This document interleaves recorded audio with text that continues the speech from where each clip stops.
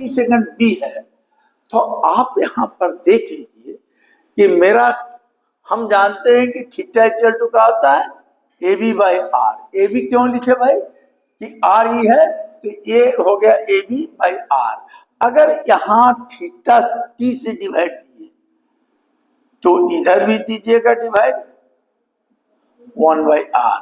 तो अभी theta by T को हम लोग क्या बोले थे, ओमेगा।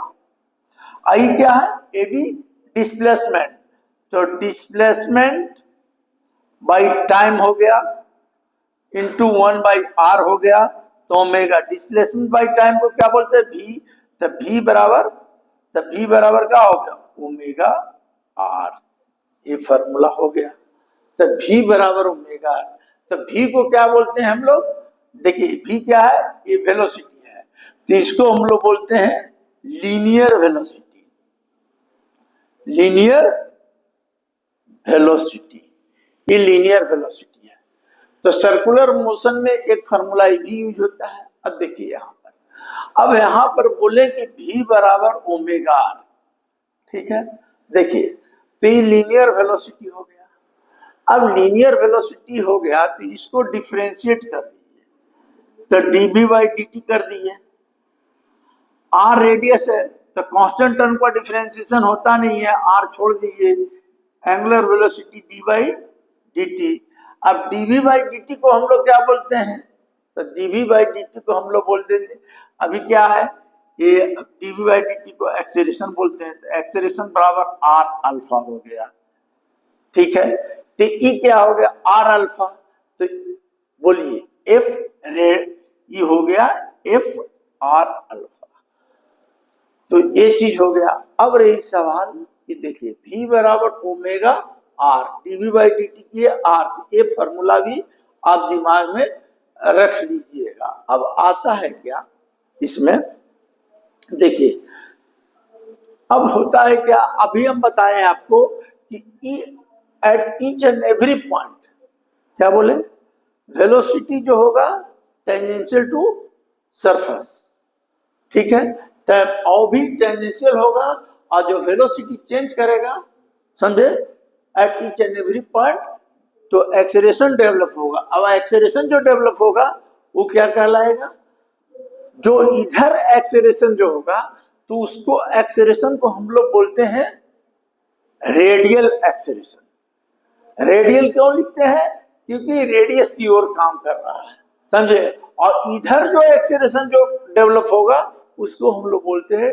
Tangential acceleration. तो अभी हम करेंगे, समझे। तो ये चीज आपको सर्कुलर मोशन में ये चीज जानना है था, तो आप जान गए। अब देखिए इसमें हम क्या रिलेशन करते हैं, अभी देखिए। अभी आपने पढ़ा था, देखिए अभी पढ़ा था, हमने बताया ओमेगा, ओमेगा का मतलब एंगुलर वेलोसिटी, तो ये सब फॉर्मूला आपको काम आएगा। देखिए ओमेगा क्या हो गया, तो कोई पूछेगा तो क्या बताइएगा, omega rate of change of theta displacement, इसको ओमेगा कहते हैं, ठीक है। अच्छा अभी हम आपको बताएं कि ओमेगा क्या है, एंगुलर वेलोसिटी है, एंगुलर वेलोसिटी। तो अभी हमने पढ़ा है, पीछे काइनेमेटिक्स में पढ़े होंगे कि v स्क्वायर बराबर u square plus 2s, v बराबर u प्लस 80, और क्या है, और है s बराबर ut प्लस हाफ 80 स्क्वायर, ये सब है। अब इसको सर्कुलर मोशन के टर्म में फॉर्मूला आता है, आप देखिएगा, ओमेगा बराबर ओमेगा 0 प्लस 80, ये मतलब हो गया अल्फा, एंगुलर एक्सेलरेशन। याद रखिए अल्फा क्या है, अभी हम निकाले थे DV by D T, alpha क्या है, एंगुलर एक्सेलरेशन, एंगुलर एक्सेलरेशन।